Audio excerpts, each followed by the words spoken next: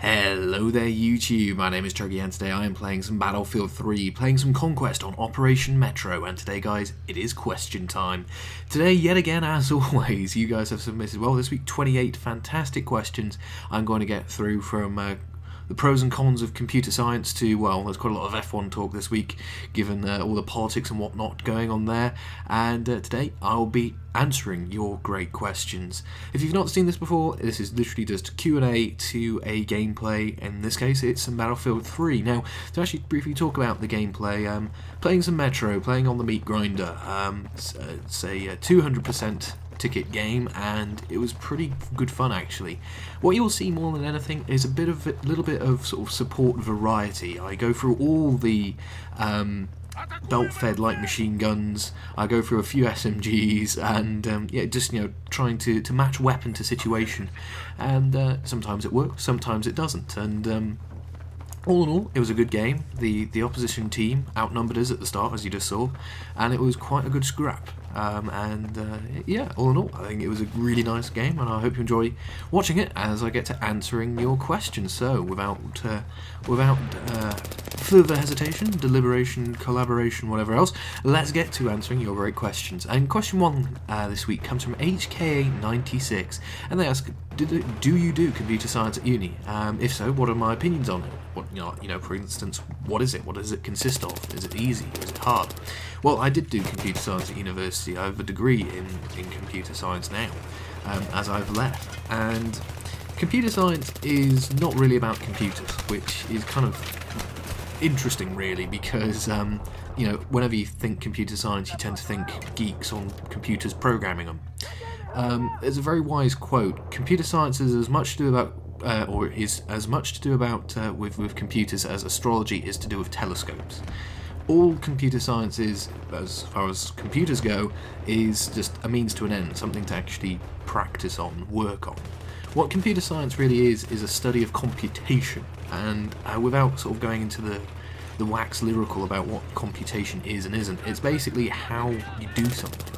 How you build a system to get a job done, how you understand how a current system works, how you can improve it, and fundamentally how you can build something yourself from scratch. Now, you can take this from a very sort of technical level of the finer points of this scalable, highly available computer architecture to doing, multi-million calculation pieces of work to figure out why cancer happens, or you can think of it as how to make a bowl of cereal. It's the same basic principles in both cases, the steps you do to get a result. Now, because of that, and because it's so abstract and just by nature how you have to go about putting these things together, it is very difficult. It becomes very contrived, and actually the notation, the languages, the things you need to be aware of, there's an awful lot, and it's not very easy. The very first few things that you'll come across is the nature of algorithms and logic, and how you put the two together to produce a series of steps how to do something. And logic can be a real pain sometimes, trying to figure out how to put things together. Algorithms, actually writing down how to do something, although it might sound very easy, can get very complicated very quickly. And then you actually have to put those things to something practical. Now, as it happens, computers are a really easy place to sort of demonstrate this stuff, and computer programs are, by definition, where most of this stuff gets used anyway. So you then get the complication of how to program a computer, and they teach you that as well. It's incredibly worthwhile, is what I will say, because computer science computation is everywhere. It's incredibly general. So you could get a computer science degree and go into computers, or likewise you could get a computer science degree and go into banking or management or anything at all, really. Anything where you have to plan and process and make decisions, because that's what you're trained to do. And it's a very, very, very employable profession. And well, I had a job before I even finished university, hence was the demand. So I highly recommend it. If it's something which seems remotely interesting to you, I really recommend getting into it, because when you start to dissect how the world works, you suddenly find yourself in this weird sort of situation of, I can sort of see how to do things differently, make things better. And that's really quite cool to sort of go, wow, well, there's a problem, I'll do this and I'll fix it, and you go, well, let's go and do that. It's not easy. It's definitely not easy. And if you're at all unsure, I definitely would recommend trying to read, for instance, about programming, and you know, if you can teach yourself to program, you're well on your way to getting sort of the fundamentals down. But yeah, it's not easy. I'll be honest, but it's well worth it. You know, there's the kind of old saying, you know, risk equals reward. Well, there's quite a risk because it's not very easy to get into, but if you can understand it and get a good grasp on it, you're going to be set for life. So yeah, I did do computer science. I've just ranted on for about 5 minutes odd about it, and hopefully that answers your question, HKA96. Thank you for the great question. Next question comes from Superfarmer1978, and they ask, do I believe that rented servers have hurt Battlefield's reputation, and if they're included with Battlefield 4, will it ruin it again then? I don't think rented servers in their own right have ruined Battlefield. I think to say that it's ruined Battlefield is completely unfair. I think if anything they've added to it, but what I think the real problem is that they haven't been policed, they haven't been very well managed. I think a lot of the problem that the rented servers have is that, first of all, when you join one, you might not necessarily realise you've joined one. You know, if you do a quick search, you'll be put into, basically these days, you know, a rented server game. So that could be running custom tickets, it could be on a set of maps you don't particularly like. You just don't know when you search for it. On top of that, you've got people setting their own custom rules, you know, no shotguns, no this, no that. If it's ranked, strictly speaking, they're not allowed to say anything. Rule front, you know, they cannot restrict you in the way you play the game.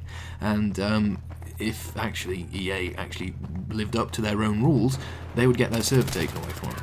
It's quite clear in the terms and conditions. You aren't allowed to say you can't use this, you can't do this, if it's a ranked server. If it's unranked, you can do whatever you like, but if it's ranked, you have to allow everything in play. So really, I think what the problem is that people have got their own custom rules and everything else, and EA haven't been going around saying, nope, not allowed to do that, etc. So that has just persisted and gone on forever. And that when you join or you're looking for a game, you might not realise what really you're getting into. So what I think DICE and EA need to sort out for Battlefield 4 is make it clear there's a custom server with custom rules. Say, for instance, how many tickets are in the game, what the map rotation is, all this kind of stuff, and make sure that there aren't any silly rules and whatnot about, and that people can't be, you know, power-hungry jackass admins, you know. I think one thing which would really enhance the rented servers as of right now is just a ranking system. Say when you leave a server, you give it a little rating, like out of 5, and I'm sure the you know, the good servers with the decent admins will easily fly up to, you know, 5-star ratings and all the rest. And the guys who are jackasses, who, ooh, that's my helicopter, if you spawn in it, I'm going to kick you and burn you, you know, they'll quickly go down to the bottom, because, you know, we're just here to play a game at the end of the day. We're not here to you know, stroke some guy's ego.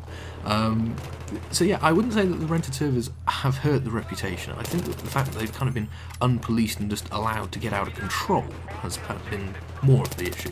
I'm not sure. Anyway, Superfarmer, thank you for the great question. I hope that the rented servers do come back. It gives freedom, it allows you to do all sorts of crazy stuff, but you know, it needs to be done in moderation and sensibly, I guess. So yeah, I think I'll leave it like that. Thank you again for the great question. Next question comes from Dr. BCD PS3, and they ask, does the company I work for know that I have a YouTube channel? Yeah, they do, and in fact, if you recall back to September time last year, I wasn't putting out very many videos. That was because I was going through the process of them looking at the channel and making sure it wouldn't interfere with what I do as my day job.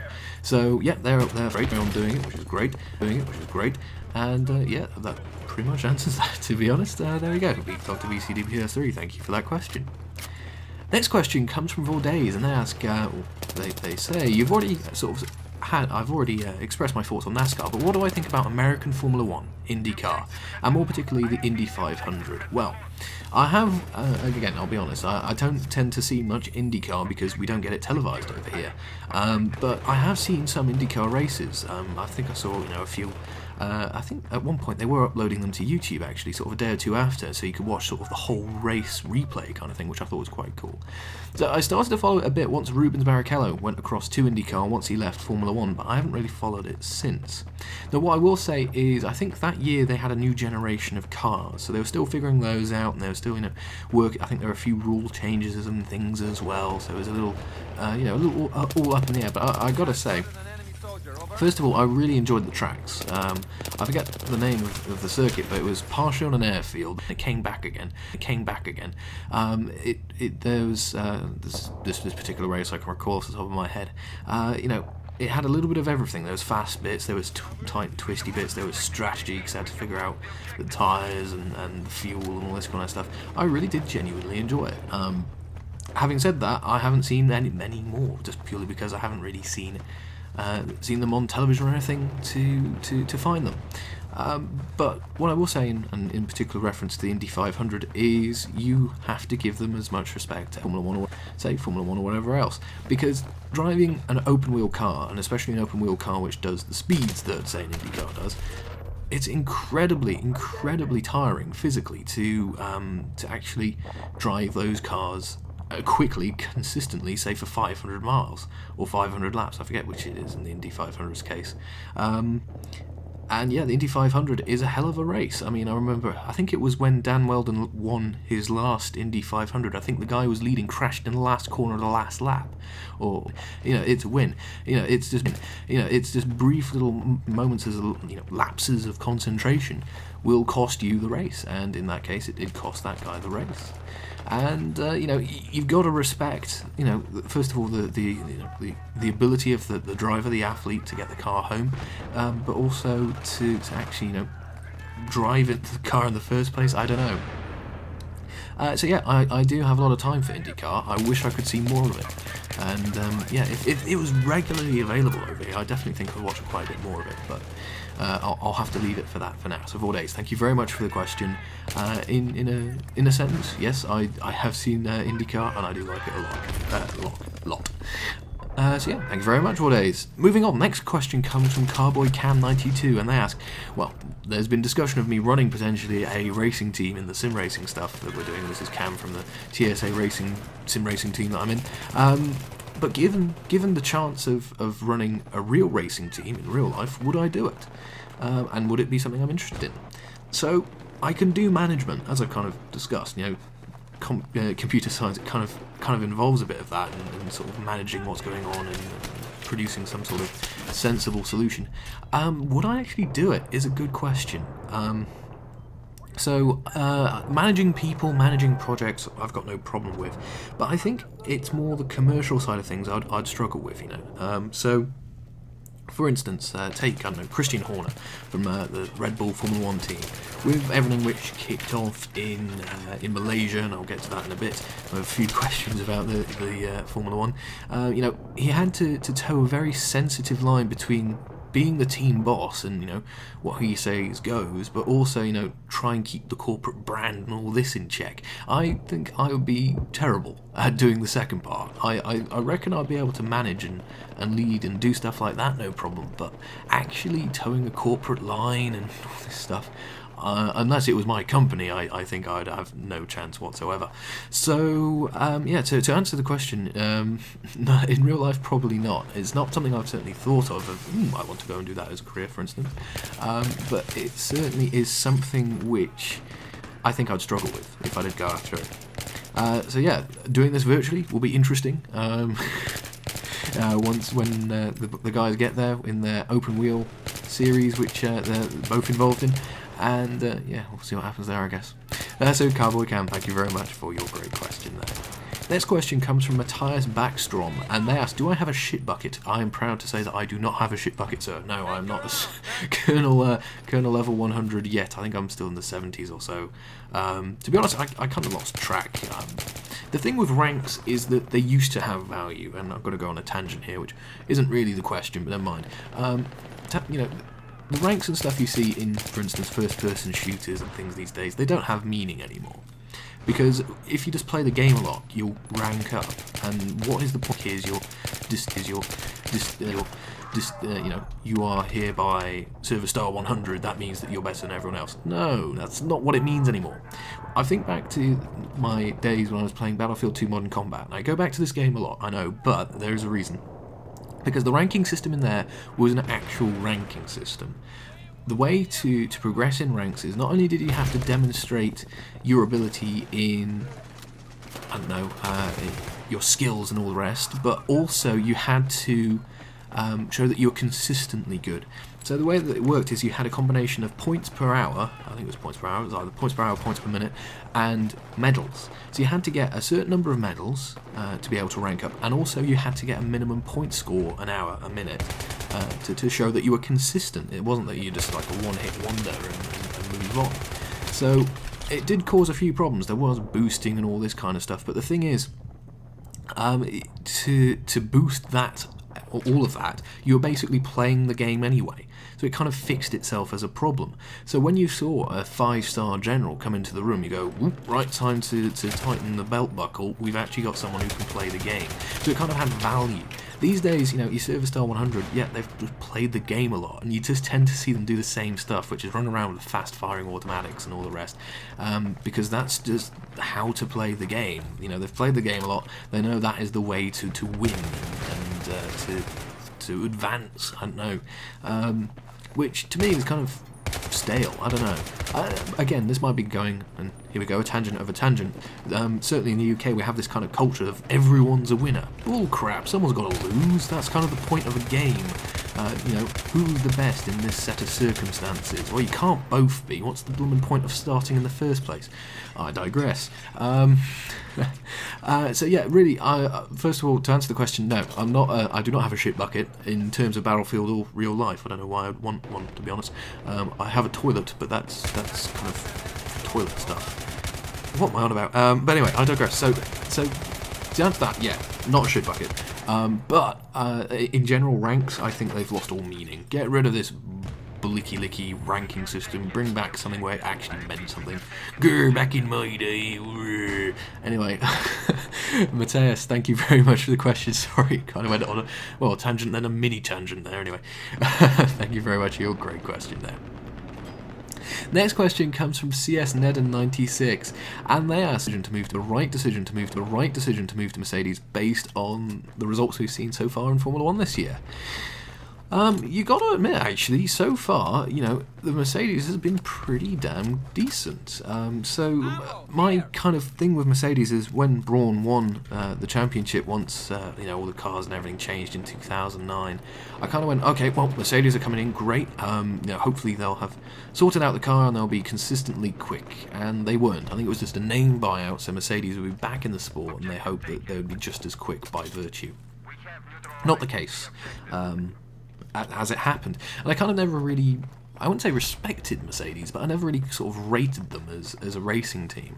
I will admit that is turning around now. They really seem to have a decent performance package in terms of the car. It seems to be quick, and on top of that, they seem to be able to very cleverly manage the situation between the drivers. Take Lewis and Nico at Malaysia. They were told to hold fire, they were told to hold station, they were given the team order. That was it, that was the end of the race. That is they're going to be third, Nico, you're going to be fourth, third, Nico, you're going to be fourth. The drivers obeyed, and well, first of all, they were third and fourth, so the car got them there, and they were able to get the car there. And they were, as a team, they were able to manage the drivers. So my respect for Mercedes is growing, and certainly, you know, Lewis has put in two very good races so far. And yeah, I think if compared to where McLaren are right now, which is frankly nowhere, they definitely should be further up the field. And I'll stop here because I know I've got a question about it a bit later. Yeah, I think Lewis has made a good choice. I must admit, when it was all sort of talked about and announced, I thought, oh, here we go. You know, he's going to become this global brand. I've heard that he's recording an album, for instance, so he's going to be a musical artiste along with a driver. That's another story. I thought, okay, blimey, he's given up about the racing, he's all about the brand image and all the rest. But no, he seems to be doing the job on Mercedes. Mercedes are seeming to be able to give him the car that he needs. Well done, Lewis. Good move. Not much more you can say than that, I guess. So, CS Nedden, hope that answers your question. Yeah, the right decision.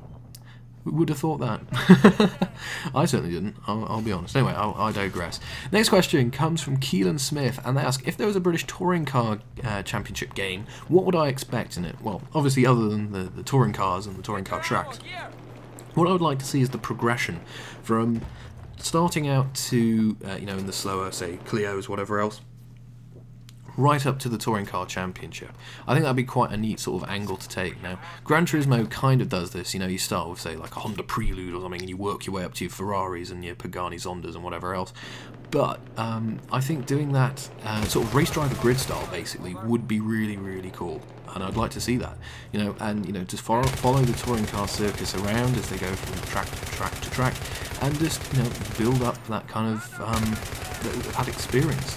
You kind of then respect what you've achieved when you get there, I guess. You start out in little baby cars and the support races, and then, well, you're the star of the show, hopefully, at the end. So yeah, that's what I would expect. Other than obviously touring car racing and all the rest, I would really like to see a little bit of progression through the support races. Who knows, perhaps a few other Formula as well, and go from there. So Keaton, there you go. Thank you very much for the question. Interesting question there. And yeah, Codemasters, please do another touring car game, please. Right, next question comes from Warrior95ML, and asks, would I consider doing F1 Grand Prix review videos? Well, yeah, I would, to be honest, but the problem is that to be really relevant, you'd want actual footage from the races, and I can tell you now, FOM and Bernie, they lock that stuff down, unless you're willing to pay sort of the broad, what you would say, the BBC or Sky or whatever, pay to get access to the footage. You ain't getting access to the footage legally. So yeah, I would, but I would want to use the actual Formula 1 footage, and, well, I can't afford to do that. So yes, but no, at the same time, I think is the way I'm going to have to answer that one. So Warrior, thank you for the question. Kind of no is unfortunately the answer to that. Next question comes from Bob Marley, and they ask, have I ever played Star Wars Battlefront 1 or 2? Well, I have played 1, but I haven't sort of played them, if you get my meaning. I played them at a friend's house. We did sort of 4-player, I think it was 4-player, co-op split screen kind of thing, and we had a laugh. But to be honest, I've never really been into Star Wars, and I'll just do the, in the collective audience. And before anyone asks, no, I'm not into Star Trek either. Yeah, I'm not really much of a geek like that, actually. I digress. So yeah, the Star Wars Battlefront, I've heard loads of people talk about it. I hear Matt and Tom, for instance, talk about it like it's holy gospel. And I have played it, but I haven't really played it at any length. And I certainly enjoyed what I did play. I had no idea what the heck I was or what I was doing, but I was killing things and I was enjoying it. So yeah, I have played it, although not very much. So Bob, thank you very much for the question. JR asks, the Invisibility Cloak, Resurrection Stone, or Elder Wand? Invisibility Cloak, blatantly. Just being invisible, you can control people, you could be a, spy or something, I don't know, there's lots of things, Okay, Resurrection Stone, for instance, you can live forever or make things come back from the dead. You can probably have some good fun with that, actually. Thinking of devilish things you could do, you could just... No, I won't say any of them. I'll get in trouble. So yeah, Invisibility Cloak, I'll say that much, and avoid any potential libelous sentences. JR, thank you for the question. Invisibility Cloak for me, I think. Next question comes from Trey Kuriba, and they ask, would I recommend using After Effects for editing videos? I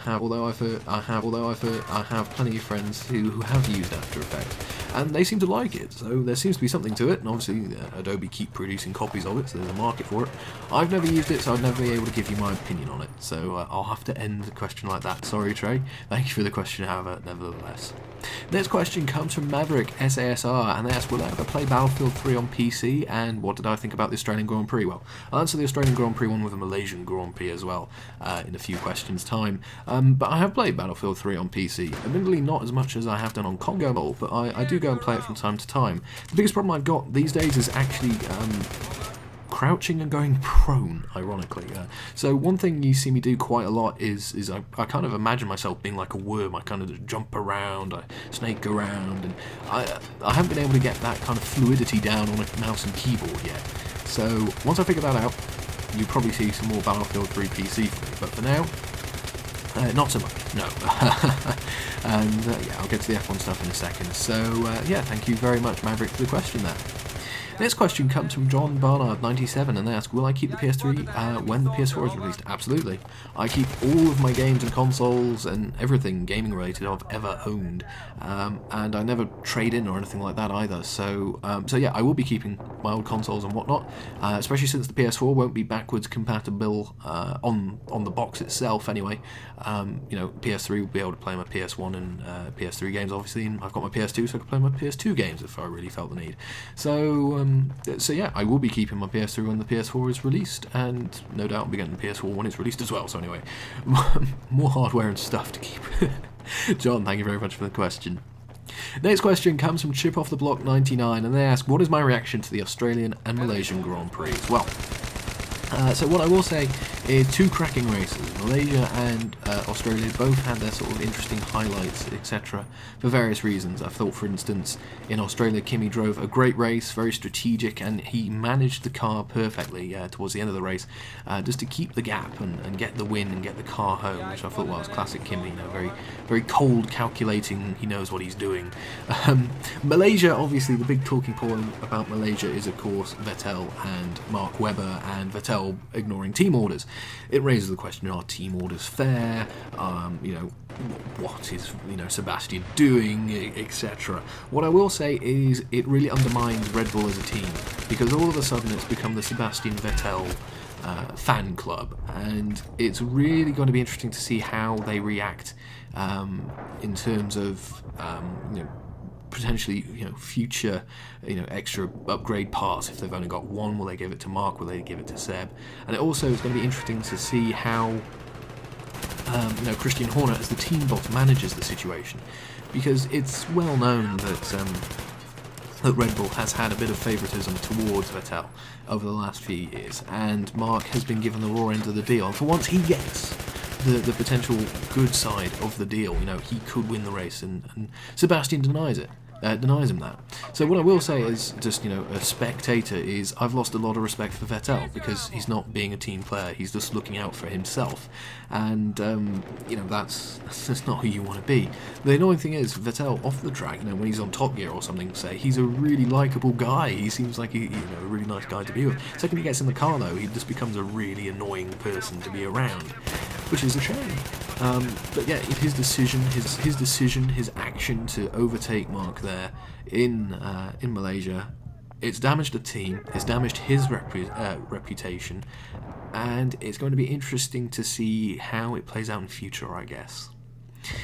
So yeah, I think those are really the key talking points, without sort of going on more about Formula 1, and bearing in mind that I've only got about another 5 minutes or so to get through more of your questions. I think I'll leave it at that. So thank you very much to Chip Off the Block for the great question there.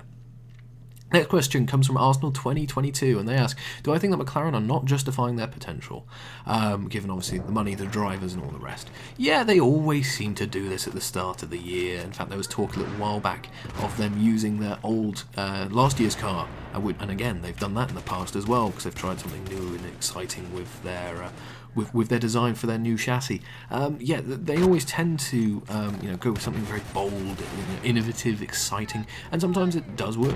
F-Duct, for example, worked very nicely for them. Sometimes it doesn't, and that's Formula 1. Certainly, I would expect more from them, and certainly do not write them off either. They will be back with a vengeance, but for now, they should be doing better, and hopefully they can just get on the pace quickly, and more than likely we will see that happening when they get to Spain, obviously, because that traditionally is when the first bulk of updates come along for the cars. So yeah, there we go. Arsenal, thank you very much for the question. Next question comes from Turbo Child, and they ask, have I heard the rumours about a Formula 1 track being built by Herman Tilke in Oslo, Norway, a couple of years ago, and what do I think about that? Well, I hadn't heard that actually, so that's news to me. And what do I think? Well, if it's a good track, a driver's circuit, which pushes them and is enjoyable to watch, I have no problem with tracks being added to the calendar. What I don't like are these tracks which are created, not born, and I think I've said that a few times as well, where, they're just put together, yep, this is a nice spot, we could put a few hotels up, build this wonderful city around it, and 2 years later there's still stuff in the fridge from the first race. New tracks I have no problem with, as long as they're actually intriguing to watch, a challenge for the drivers and all the rest. And I'm sure Oslo, just geographically in terms of you've got undulation and stuff, obviously in Norway, that would be really interesting to build a racetrack onto and with. So we're just going to have to see what happens, I guess. If that is going to happen, great. If not, well, that'll be a pity. So Turbo Child, thank you very much there for the great question. Next question comes from Gasman2418, and they ask, if there was only one game I could play for the rest of my life, what would it be and why? Really good question. Really tricky. Now, I've sort of I've talked about in the past, how, for instance, say Metal Gear Solid is my favourite game of all time because of the depth and all this kind of stuff. You can always get new stuff from it. But what I think I would need for a game which it was the only game I could play for the rest of my life, is replayability value in terms of just random stuff happening. I think there's only one game or one series which would be able to live up to that name, and that's Grand Theft Auto. And given that basically it's the last or the latest iteration, it'd have to be GTA 4. Just doing random stuff like throwing hot dogs at people, whatever else, just cheap laughs. I don't know. and yeah, I think that pretty much answers that. So Gasman, thank you very much for your question there. Next question comes from Bobnob 1964, and they ask, do I find mines really annoying in Capture the Flag? I do, and to be honest, this goes with the territory. It was the same deal when in Battlefield 2 Modern Combat, when there was CTF in that. Yeah, there were mines everywhere, so you just learn where the typical put down spots are, and either mines, and then you can draw, and then you can get out the same way you came in, or you can park outside, or you can destroy them beforehand, or whatever the case may be, or you can get inventive and jump them or something, I don't know. So yeah, they do annoy, but if you expect them, then you can counter them, so I guess that's that. So Bob Knob, thank you for the question there. Next question comes from Jacob Byra, and they ask, what is my opinion on the fact that the next Formula 1 game will not be on next-gen consoles? Well, as far as I know that they're making it, but I don't think they've announced it properly yet, so who knows, it might make an appearance, probably won't, but okay, sorry. It doesn't really bother me at all, actually. As I've said in the past, what I really want to see from the next Formula 1 game is bug fixing, not new features. Just make the game stable, enjoyable, and I will have a whale of a time with it. Get a solid base before you try and, put shiny new things on there. Yeah, if it's not coming to next gen, so be it. I much rather have a more enjoyable experience than a shinier one, I guess. I will digress before I go on a rant. So Jacob, thank you for your question there. Next question comes from Duke herself, and they ask, do I think that having submarines and naval battles would be a good idea for Battlefield 4? Well, there were naval battles in Battlefield 1942, in fact. I'm pretty sure you could take control of destroyers and aircraft carriers and float them around and do things. I am not familiar with the naval lingo, so I will not try and pretend that I am aware of the naval lingo. But yeah, I think it'd be pretty cool, say you've got a destroyer bringing, lots of heavy artillery or something in, and you've got a submarine which comes in and destroys it, then you've got another boat which puts depth charges down and sinks it. I don't know. It would be another interesting element to the sort of foray which is Battlefield, and you've got the sort of ecosystem of infantry is destroyed by vehicles, which is destroyed by air vehicles, and they can be destroyed by destroyers, I don't know. so yeah, and then of course the infantry needs to take the bases for the destroyers to spawn, and you've got a nice, little circle of life going on there. So yeah, I think it would be a nice idea. Bring it on. And you never know with Battlefield 4 what they're showing off. Very shiny, all new, all exciting, I guess, as well. So unfortunately, I do have a few more questions, but I've run out of gameplay. I'll try and get through a few of these as quickly as possible. The Cam Scott asks, what do I think about Lewis Hamilton driving into the McLaren garage instead of the Mercedes garage? I found that hilarious. Adele Asayed asks, what do I think about Caterham's lack of improvement over Marussia? And Marussia over passing them? Yeah, exactly that. I'm very disappointed in Caterham. There's apparently talks of them merging. Interesting. And Crazy Kid asks, do I think that next-gen consoles will be worth it? Yes, because they will drive competition. Anyway, guys, thank you very much for your great questions. Unfortunately, I didn't get through all of the questions this week, but hopefully you've enjoyed what I've been able to answer. As always, thank you so very much for submitting your questions, and if you have any questions you would like me to answer next time, all you have to do is pop it down in the comments section below, and I'll get to answering it next question time. If you could leave a like, dislike, whatever you believe this video deserves, that'd be fantastic. And if you are new to my videos and you want to see some more from myself, you can always subscribe. So guys, as always, thank you very much for watching. I've been Chuggy. I'll see you next time out on the battlefield.